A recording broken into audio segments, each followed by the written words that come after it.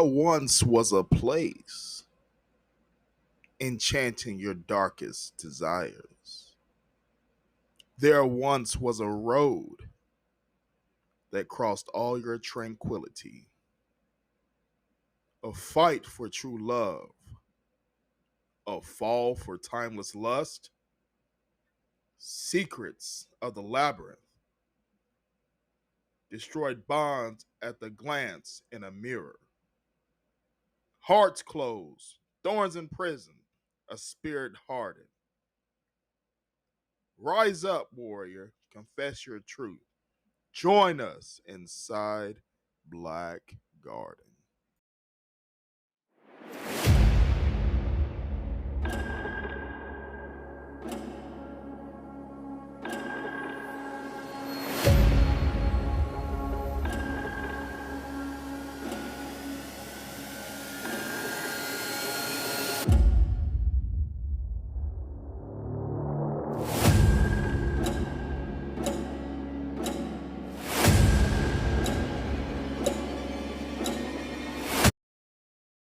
Good evening, good evening, good evening, and welcome to Decree of Dominion podcast with your host, Dark Law.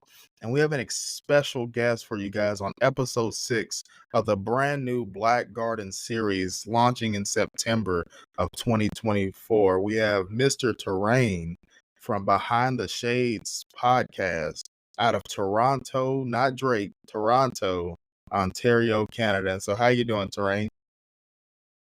I am doing well, and to the Kendrick fans, Drake is not like me, and I'm not like him, so they're not like us. Amen, amen. And so can you tell the viewers a little bit about yourself? Absolutely. So, my name is Terraine for those who are joining us today, and I'm a relationship mentor. So, what does that mean? That means that I work with women to find success and happiness in the three pillars of a relationship. So, that is personal, professional, and romantic. So, many of the women that I work with have been traumatized or abused in one way or another, and I am here to provide the light at the end of the tunnel for them. Amen. So again, those followers of Decree of Dominion and the Exalted, buckle up. It's gonna be a wild ride. Appreciate you guys joining us inside Black Garden. And before we get started, I always start off with saying this. Everything that's spoken here today will not resonate, but I hope that you take one thing that you can apply daily to your life and to become the best version of yourself and to create a dominion of your own mind. And for those of you that follow the Winter Circle, make sure you follow the Blemish Beauty podcast, the Verbal Tea podcast, Mahogany Speaks, Breaking the Silence, and Real Talk Monday as well. And so without further ado, welcome to the Black Garden. And so, Terraine, can you first tell us, how you got started with your coaching and mentoring practice? Absolutely. So the reason why I got into it, actually, let's take it way back, my friend Darian. So I got into it because I was going through a difficult situation trying to find love in all the wrong places, like so many other people. So I wanted to figure out what was going wrong because I know that the only constant in that equation was myself. So I did some hard work, I did some reflection, and then ultimately what led me here is to remember what it was like to do it all on my own with very little help sometimes. So I wanted to be the help that I wish that I had to so many other people. So that's how I started, and that's why I do what I do today. Also, you said a great point there. You said the common denominator or the constant was yourself. And so I want to encourage the viewers as you listen to this episode here today. Um, it all begins and ends within you. You know, that you can read as many self-help books, you can get as many mentors and coaches and YouTube videos and um, those powwow quotes. But if you're not willing to change yourself, then nothing's going to change. They always say if nothing changes, nothing changes, right? And so, I agree. you work mostly with women. And so, can you tell the viewers kind of like your niche age range or what niche do you focus on within the women that you mentor? Yes, so my age range for the one I work with are 35 and older, and in many cases, they're over the age of 40. And this gives me a unique perspective, and here's why. As someone that's in my mid 30s now, it lets me know how things were in the previous generation, as well as to see how things are going to be with this group of women that I work with. So my niche is very interesting to a man of my age, and I would say men in general, because you have that group of people that are caught in the middle. They remember how dating was before dating apps, and now they have to get used to dating with the dating apps. And many times they are either separated, divorced, or they've come out of a long-term relationship, aka LTR. So to see how they're navigating the dating system and the dating market is definitely interesting to me. So that is my group and my demographic of people that I assist. Awesome, awesome. And so again, if you're a woman over 35, buckle up. It's just gonna be a raw ride inside the Black Garden. And so first thing I want to discuss is what are some I know you said going from dating without the apps and now going into the apps. What are some common misconceptions that you see on like social media and the dating apps that people just kind of hone in and own but aren't necessarily true when you work with them? That the good-looking guy is a nice guy, that that hot girl is everything that you think she's going to be and more, but there's layers to it, right? So if you look at, like, let's say men and women, so men and women come with their own unique challenges, right? So you look at women's perspective is that they want to establish a lifestyle that maybe was a lot different from their mothers previously and their grandparents. So you have like women rebelling against that. I don't want to be a stay-at-home mother. I don't want to do this. I want to do that. Even though in a lot of ways it's their nature to do so because they're nurturing, they're empathetic, they're sympathetic. And then on the flip side, you have men that want to stand up and be everything that she would want him to be, but they're kind of lost because they haven't figured out who they want to be for themselves yet. So what I found with the dating apps is that you have two groups of people who are able to hide some of the insecurities over the app through well posed and well filtered and well creative pictures versus those who used to do it in person, you can smell a fraud right from the beginning. So helping women and to some men to a degree understand that and to navigate that, but most importantly to protect themselves from those who are trying to pull the wool over their eyes and make sure that mask doesn't fall off and reveal themselves is somewhat of a challenge for them to understand. But that's where I come in and I help. Awesome, awesome. You speak a lot. For those of you that do follow a Christian-based background, you speak of the spirit of discernment, right? Or just a spirit of awareness, right? Being aware and also being able to, spot and having the knowledge to say, "Wait a minute, this isn't adding up," or "Oh, he said he made six figures, but he doesn't have a car." Or, "Why am I always picking you up?" And you said you make, you have to put two and together, right? If it doesn't make sense, make it make sense. That's what they always say. At least the older generation, let's make it make sense. And so, that's a good point you made because they always say the good old saying goes, "The wolf in sheep's clothing," right? Trying to, hide your flaws and, put on a persona. And have you seen an increase in that wolves and sheep clothing behavior just because of the social media and the dating app age? Yes, I have. So what has happened in dating is that we've gone from providers and receivers to givers and takers. So I'll give an example, Darion. So you have people that are going to be, as you mentioned, right, the wolves and sheep clothing. So they'll take and they take and they take. Women by nature are givers on an emotional level. And let's say if you're on a spiritual level as well, right? Since you mentioned the religion aspect. But let's stick to they're givers on an emotional levels and men are receivers. Why is that?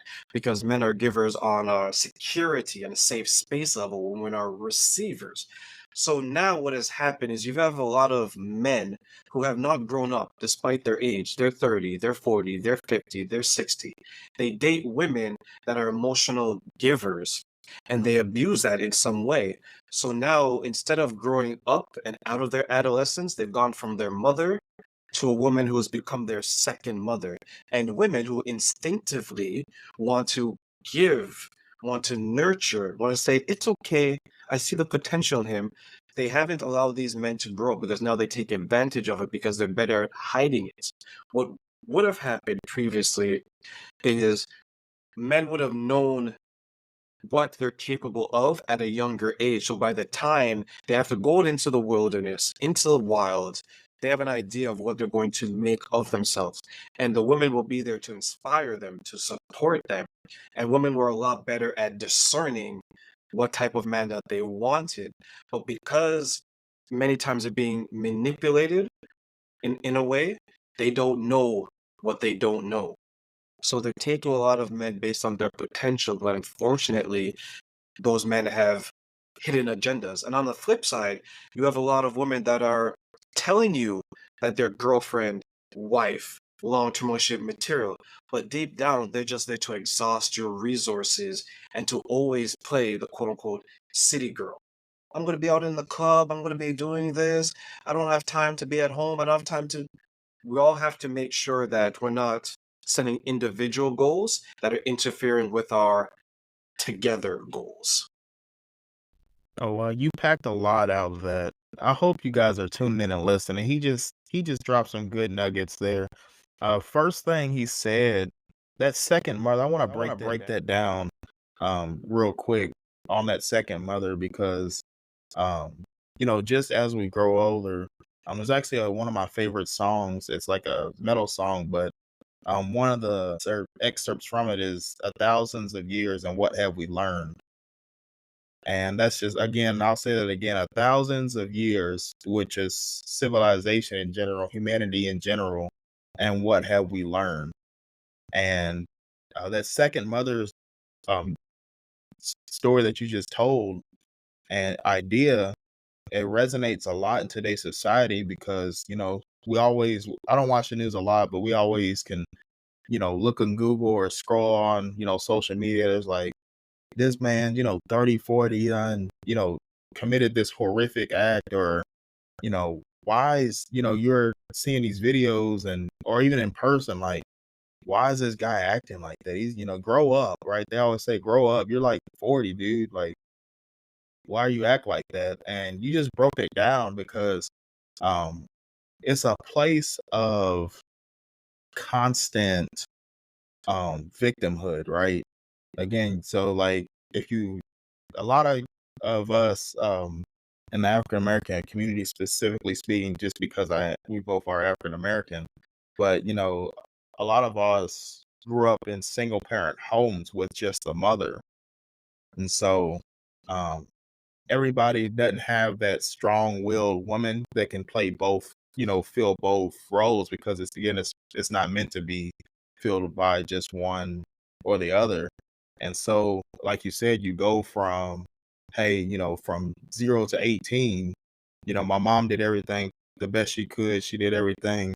And then as you start dating relationship, if you're not growing up, if you're not developed in those other areas, you essentially seek out, like you said, a second mother. You seek out a woman that can treat you or has the same emotional giving, if you will, that their mother had. And then you're kind of just stuck in a endless maze of timeless unrest. And so, how do you? A good question. I know the viewers are like, "Hey, that's me," or "Hey, I've seen that a lot."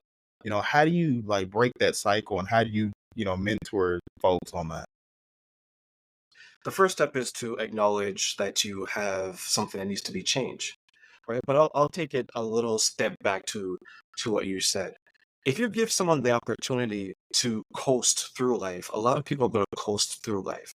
And that's what a lot of men who are in this situation do, right? They coast. They coast from woman to woman to woman because they know the type of woman that's going to take care of them in that way. They're going to do what? They're going to use them for their car. They're going to use them for their money. They're going to use them for their time. And they don't ever commit to them because they know that they're not able to provide what they truly need. And that is someone to provide them guidance because that man doesn't know the guidance.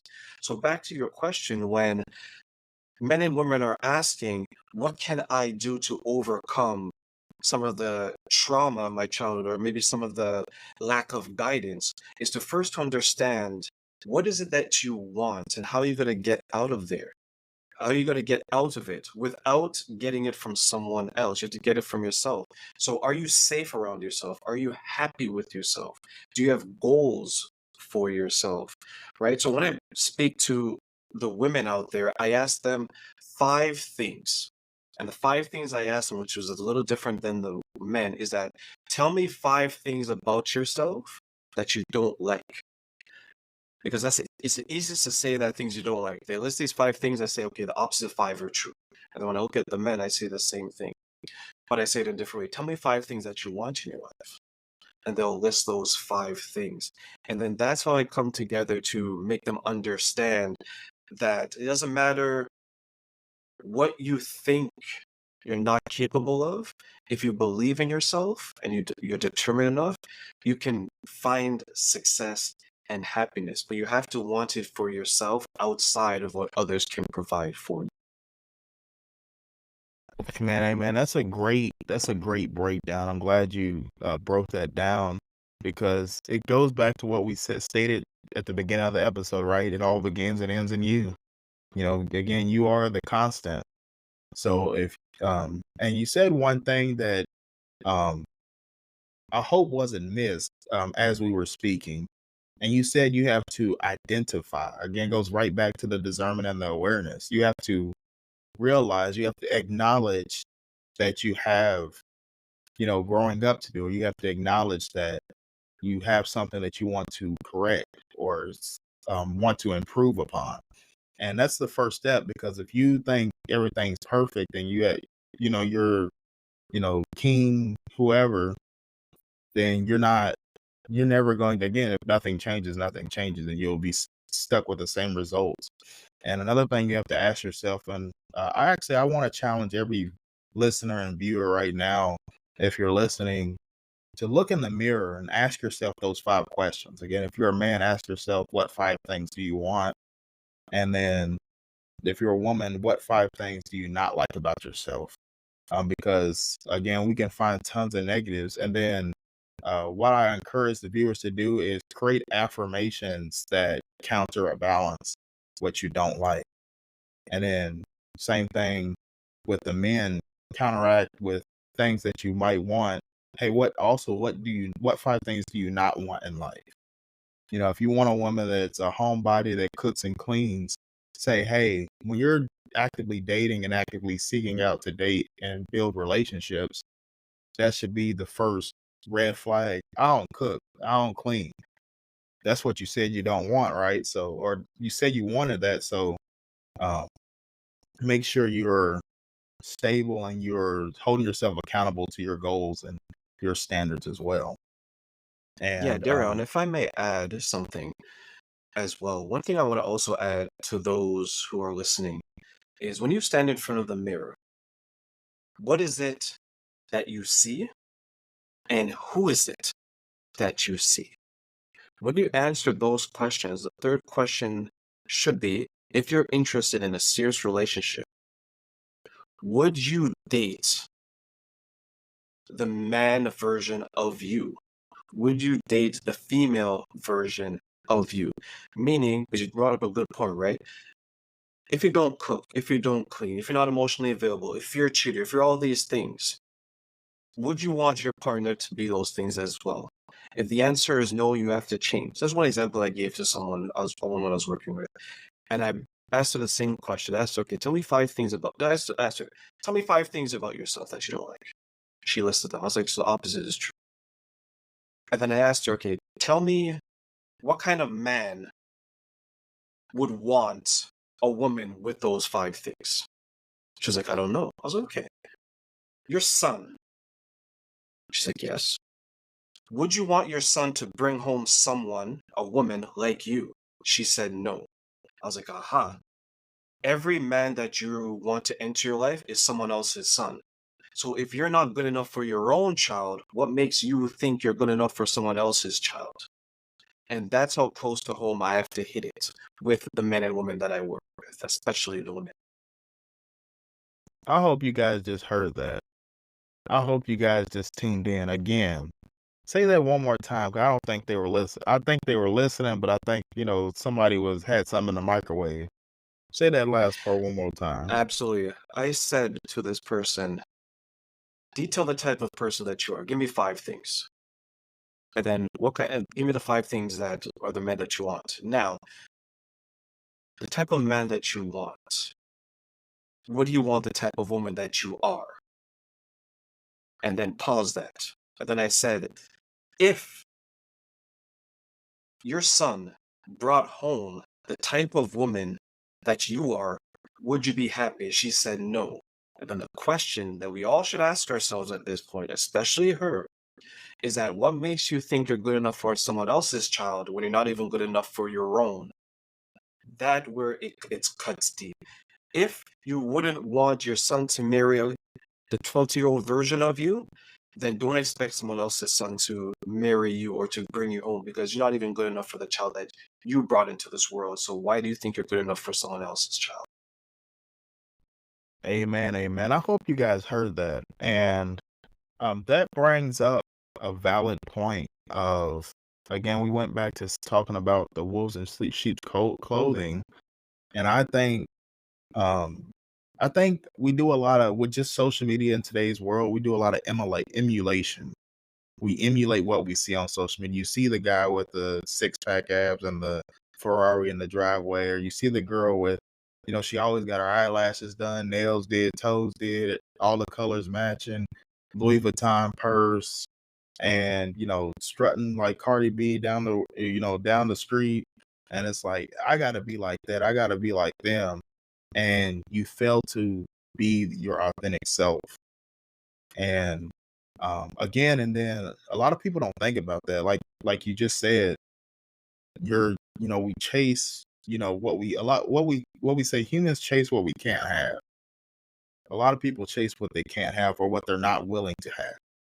And I heard a great sermon actually last night, and the preacher said, you can't accept the role without the responsibility. Again, you can't accept the role without the responsibility. And that goes right to what you said. So if your role is to be, I'm ready to have kids, or more kids, or have kids if you don't have kids, I'm ready to settle down and get married. Again, if you're not even good enough for your own child, then why would another person's son want to settle down with you? Again, why would you cannot accept the role of that and not accept the responsibility of needing to change. And that's the thing, right? Like you have people that they want to separate themselves from the responsibility, the accountability, right? You have when you have children in this world, and this is where it is difficult for the single parents, but this is where I coach the single parents, especially the single women who have children, especially if they have sons. I tell them you are the first example of what a woman should be like to your son. And to the single fathers out there who have daughters, you're the first example of what a man should be like to a woman. Are you willing to set a high standard where most people don't make the mark? Or are you willing to just set a standard where it's like a curb, where everyone can step over that standard? Because if you set the standard low enough and any and everyone can cross it or meet it, then you're setting up your child for failure because you don't want your child to grow up in the same situation that you grew up in. Right? Because a lot of people who are single parents. What were they before? They were a child of a single parent. So at what point does someone put up their hand and say, you know what, I'm going to be different, not only for myself, but for my child? I'm going to let my child know that, hey, it's not acceptable to accept this. It is acceptable to say that. And I'm going to be the living, walking, talking, breathing symbol of that.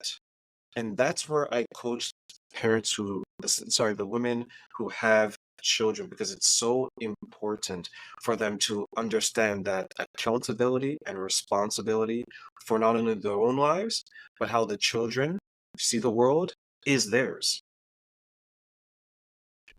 I'm glad you said that. I'm really glad you said that because a lot of times when we're so focused on finding that, significant other, or you're so focused on dating and trying to do your thing, a lot of times we forget about the children, or we forget about the again, we're trying to accept that role without that responsibility, right? Um, I gotta find, how many people, how many women, single women you see on social media. I'm ready to find a man. I need a man. I'm single, y'all. I'm trying, who gon' who gonna take me out this weekend, or I need to find, I'm tired of these men. All the men are the same. You know that constant false narrative that I honestly think. I think I want to say one thing. I think you seek what you speak. Again, seek what you speak. And so if you tell yourself every day that all men are, worthless, they all the same, they all cheat, they all lie, they all abuse, they all use, that's exactly the men you're going to attract. But if you start to say yourself, hey, there's some great men out there, I just have to put in the work and allow them to be found. And then to go back to what you said a little bit with the son uh, example, are you worthy of that man that you think you want? Again, I asked this question a couple of weeks ago, because it was actually in my own like I said, I'm a very transparent person, and it was about my own personal like dating experiences. And I asked a fellow podcast of mine, I said, um, are you um do you take God's time for granted, or are you wasting God's time? And the reason I said that is because a lot of times we ask for something again that we're not willing to accept. We're trying to accept the role that we see. You see the glitter and glam on social media. Oh, she's fine, I want her, or oh, he's fine, I want him. But are you even in a place to receive that? Or why would God bless you with that man if you're not even, you don't cook, you don't clean, you're like you said, you're emotionally detached, you don't want to change, you don't want to communicate. Why would you even why would God waste his time to why would that man waste his time to even look your direction? And that's not, I don't mean to say that to be snarky or rude, but and both ways, why would that dime piece, as we call them, why would she even let you take her to dinner? And that's not to, we're all human, and I don't, nobody's a false idol, and you don't want to put people on a pedestal, but at the same time, you have to realize that, again, you seek what you speak. And so if you're actively, it's like trying to spray, cologne on poop, right? If it's trash, it's still gonna stink. And a lot of people are trying to spray cologne on trash and let it sit in the sun, and then hope that somebody's gonna pick it up, and they're not gonna pick it up. I agree. I agree. And I'll take it a little step further there on what you were saying is that you're going to attract what you are, right? So men will approach and women accept, meaning that a man will go up to one girl, Jane, Judith, whomever, strike up a conversation and see if it go anywhere. And then the woman, Jane or Judith, will accept and see if it goes anywhere. So the question, to your point, that a lot of people have to ask is, what type of person do you actually want? Tell me. Is it this? Is it this? Is it this? Give me 5 things of the type of person you want. And those, listen, this is what I break down. This is what I tell the woman. And applies to everybody that wants to date seriously. Because I'll be honest with you, I don't work with people that don't want to date seriously. If you're looking for casual sex, that's your thing. That's perfectly fine. But if you want to work with me and you're dating seriously, this is words of advice to you. Give me 5 things that you want in a person: 2 physical, 3 personality. List them. And then the next question I'm going to ask you is, where do you think you're going to find that person? That is one of the most difficult questions I can ever ask anyone, and here's why. Many people I work with, Darion, have no idea where to find the person that they actually want. So if you don't know, I'll give you an example. So if I wanted to buy like a plate that had a gold trim, and I talked about this plate, I'm like, it's fancy, it's gonna look beautiful on my table, and all this. I'm just describing it, and it's the best plate in the world. And then you turn to me and say, okay, where are you gonna get it? I have no idea. You know what's gonna happen? I'm never gonna have the plate. Because I can talk about it. I know the features of it. I know how it look like. I know how beautiful it's gonna look in my home, but I have no idea where to find it. I don't know the store, I don't know the price, I don't know anything. That is dating in a nutshell. You don't know where to find the man, you don't know where to find the woman, you don't know the cost of being in a relationship with that person, and you don't know what you need to do to be able to afford to be in that type of relationship. And that's where it gets difficult.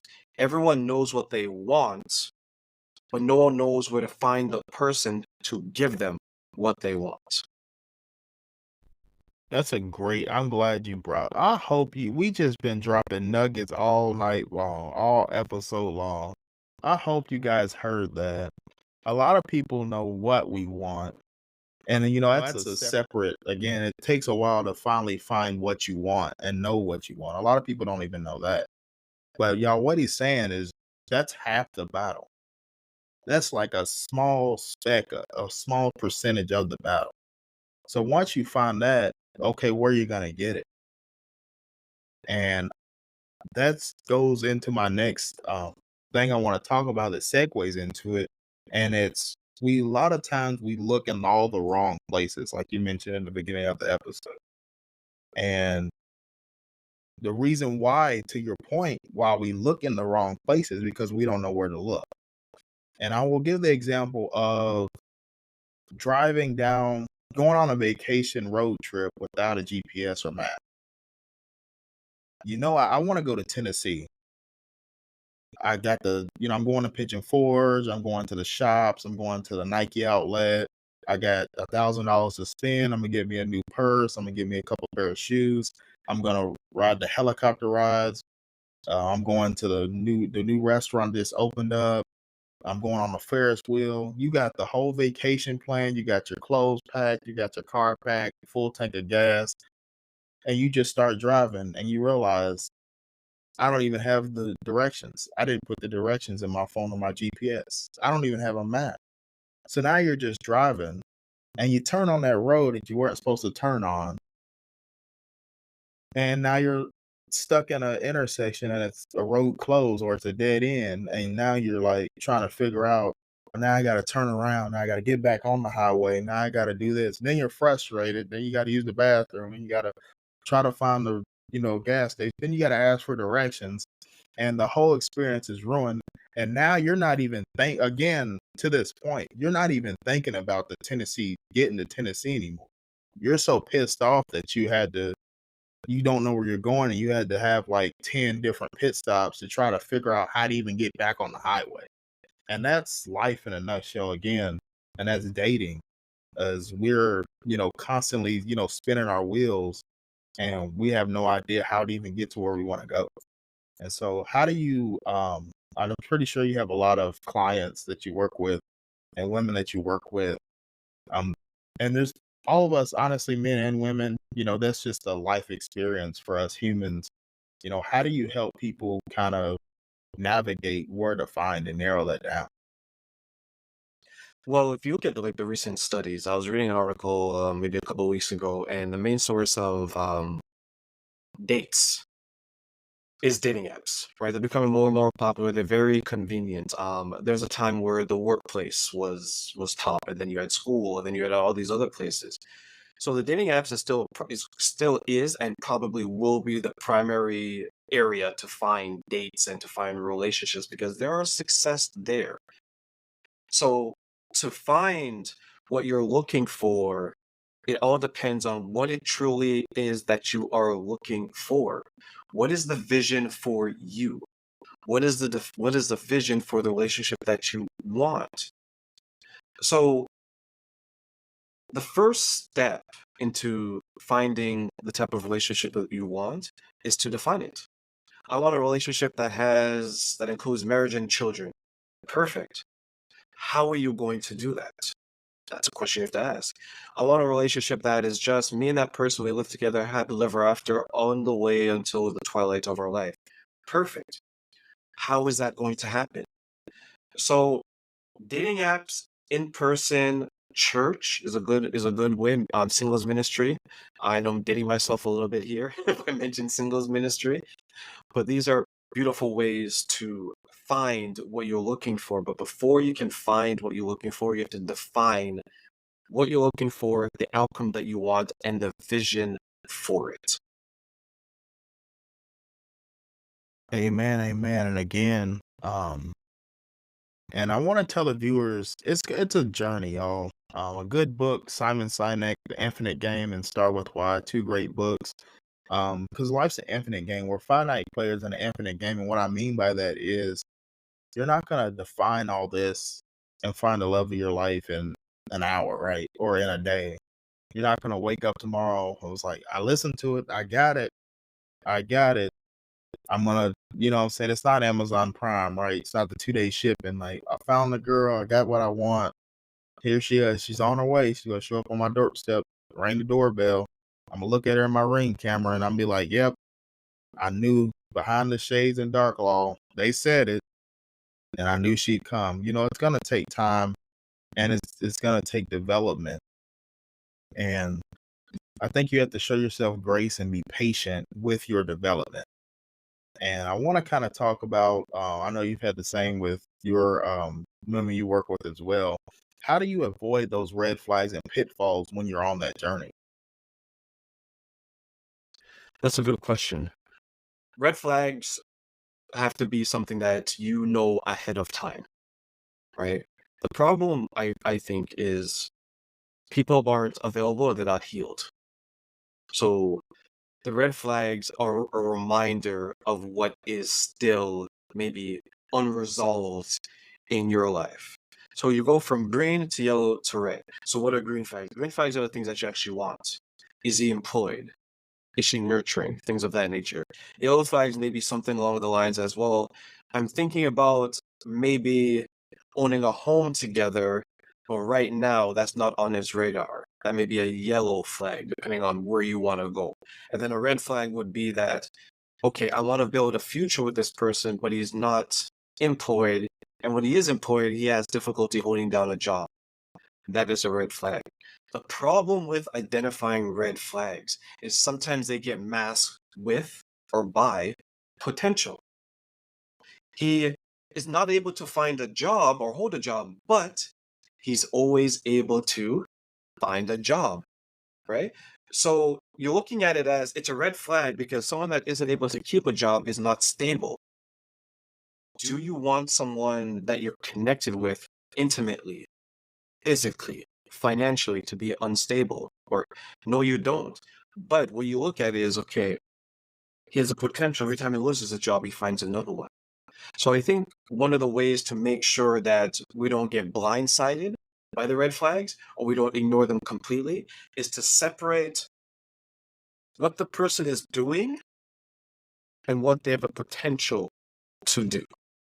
So, in other words, does he demonstrate an ability to make me feel safe, make me feel special, make me feel inspired, make me feel motivated, make me feel loved in a world that is filled with what? A lot of not unlove, a lot of chaos versus the potential.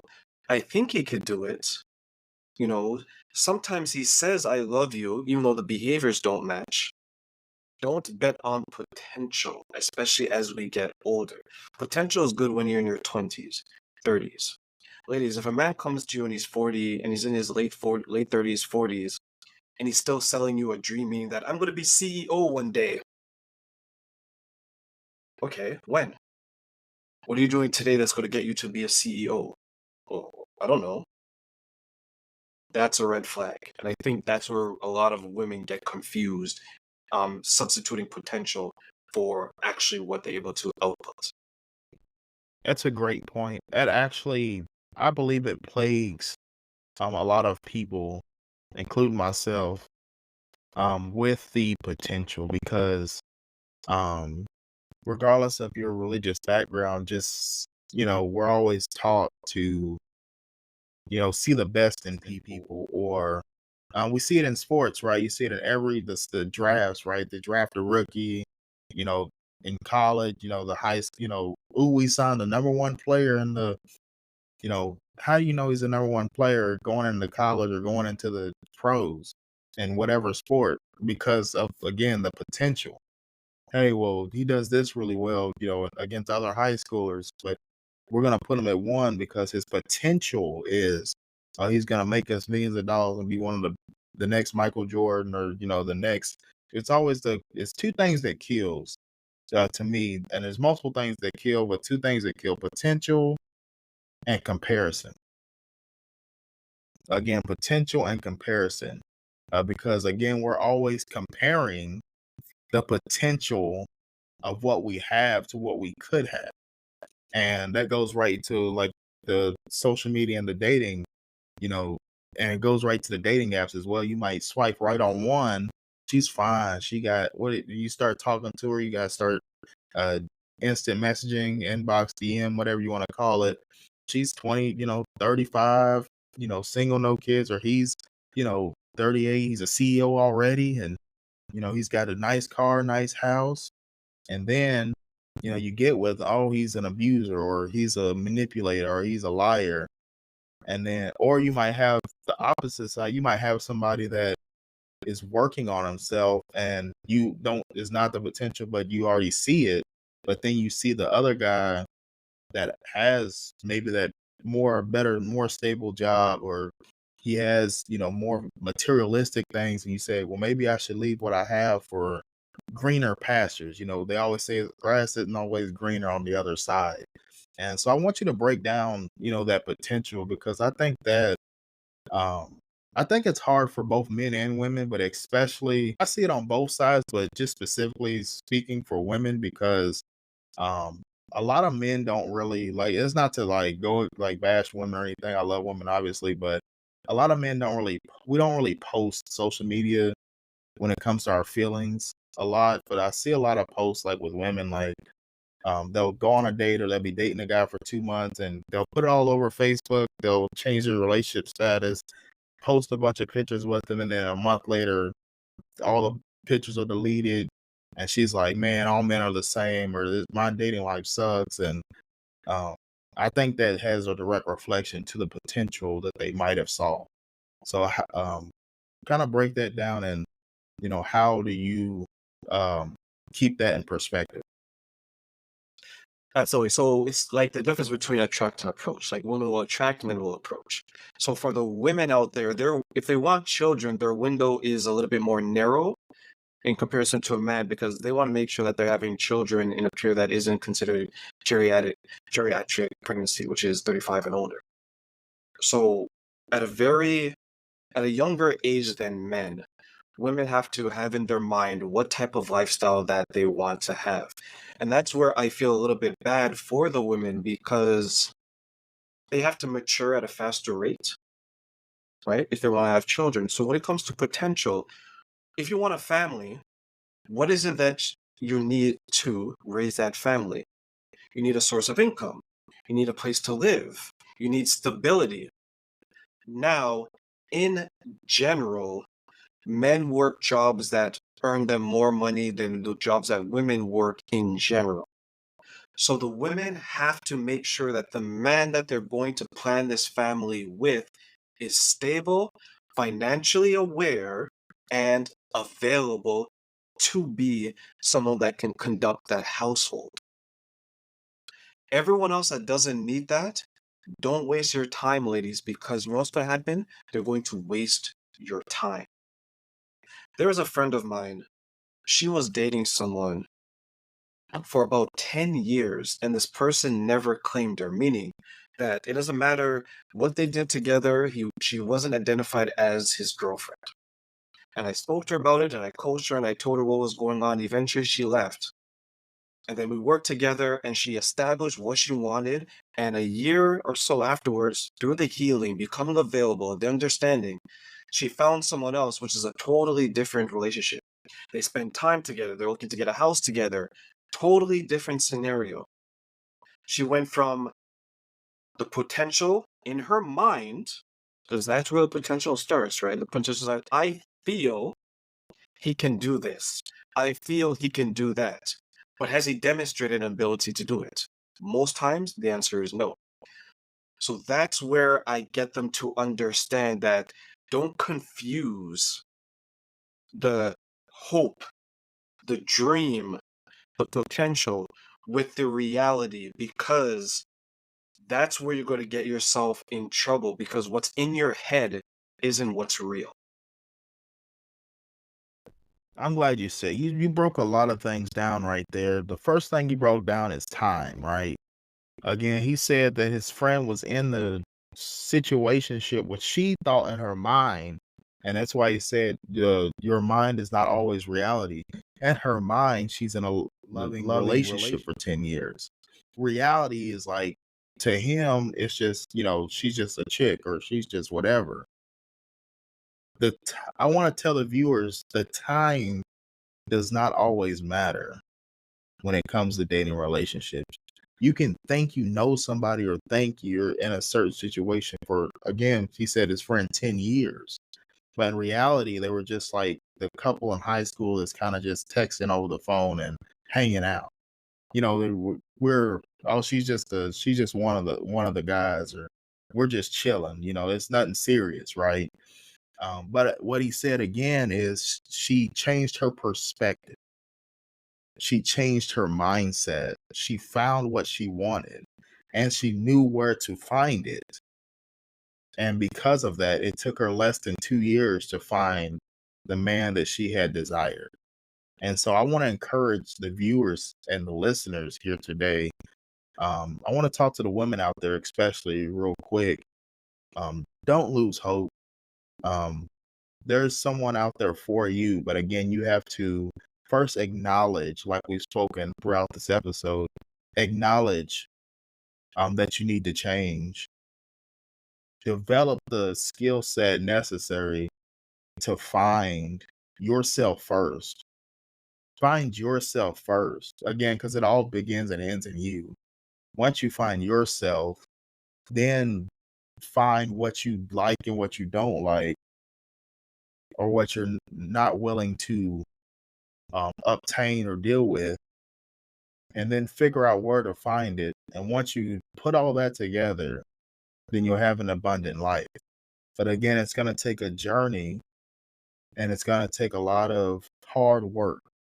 Again, faith without work is dead faith. And so you don't want to, again, harp on having to focus on the 10-year potential when you have a 2-year result. Again, don't focus on 10 years of could be potential when you already have less than 2 years of proven results. Absolutely. So you look at it like 10-year period. What could you have accomplished in a 10-year? You could have got a couple of degrees, you could have got a few jobs, you could have even saved up to even get a house, right? And you raise a fantastic point when you said faith without works is dead, because that's what it is from a religious perspective. And this doesn't mean that there isn't hope for those who are looking for love and they've been unable to find it because they're always looking in all the wrong places. We're here to help you to find it in all the right places. But you have to be in the right place of mind to find love in the right place. Because if you're still broken, if you're still unhealed, if you're still unavailable, you're going to attract someone that is broken and unhealed and unavailable, because they're going to mirror what you're putting out there. So the first step is, please fix yourself. Identify what is it that you want, what is that you want change, and make sure that if the male opposite of you or the female opposite of you were to approach you, would you desire that? If the answer is no, you still have work to do. And I'll take it a step further. I know throughout the episode, we've told you to kind of reflect and look in the mirror. I want you to look in the mirror as well and just ask this one question as we kind of wrap up here. Ask this one question. Do you really want what you say you want? And again, it goes back to what I said with, do you really value God's time? And, you don't have to necessarily be spiritual or be, religious. Think about it. Do you really want what you're putting out to the universe that you want? Do you really want what you speak every day? Do you really want what you see on social media or on the dating website? Is that dime? Do you really even want a dime piece? And again, like I mentioned earlier, are you willing to accept the responsibility for the role of having a dime piece or the man with the six pack and the six-figure job and the Ferrari in the driveway? If you're not willing to accept the role, if you're not willing to accept the responsibility of the role to fulfill that position, then you have to reevaluate what you actually want. And last thing I'll say on that is also when we're looking at social media or looking at the visual you're looking at the visual first layer of something. I could Photoshop a picture and, look like The Rock, right? And that's superficial. But you have to realize is the people with those six figures or that you're seeing on social media, a lot of that stuff is just a lot of that stuff's either rented or they're just showing it for the illusion that they have it. And two, you don't know what they did behind the scenes to actually achieve that or attain that. And so I definitely encourage all the viewers and listeners to look in the mirror and find out if you even want what you say you want. And be honest with yourself because, again, it all ends and begins with you. And so, Terraine from Behind the Shades podcast, give some last minute tips and motivation that you would have for the women over 35 that are still looking for love. Ladies, love doesn't have an expiry. You can find it at any age, despite what some people may tell you online. You can be 35, 45, 55. You can be 95 years. Love doesn't have an expiry. It all starts with you and your pursuit of it. So a few tips I'll give is one, find 5 things that you want in a partner. 2, physical. 3, personality. And then the second step is find out what that type of man that you now have created would want from you.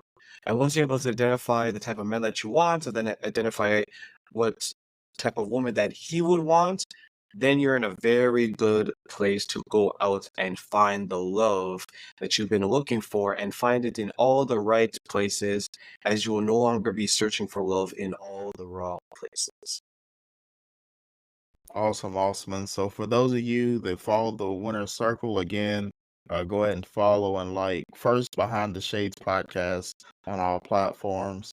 Also, follow and like Verbal Teas, Successful Toy, Limitless Beauty Podcast, Breaking the Silence Podcast, Mahogany Speaks, and Real Talk Monday. Again, I hope that you take something that was resonated with you and apply it to your daily life. This has been episode 6 of the brand new Black Guarding Dating and Relationship series, releasing September of 2024. And I hope that you take something to, again, continue to become the best version of yourself and to decree the domain of your line. This has been Dark Law with Terraine from Behind the Shades podcast out of Toronto, Ontario. Drake, Kendrick, Not Like Us, Canada. Until next time on Decree of Dominion, and thank you for joining us inside Black Garden. Thank you.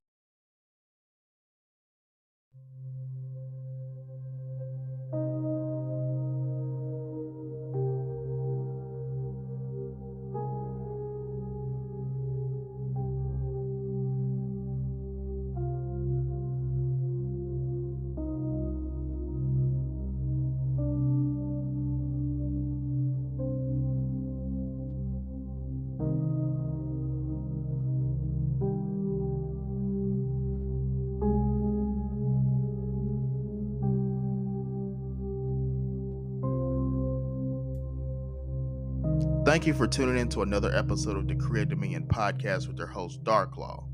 Be sure to follow and like on Spotify, iHeartRadio, Amazon, and go ahead and follow our Facebook and Instagram pages as well. We hope that you took something and resonated with it, that you can apply it to your daily life to become the best version of yourself and decree the dominion of your mind. Remember, decree and declare and take back your rightful throne and your rightful place into the best version of yourself. Thank you.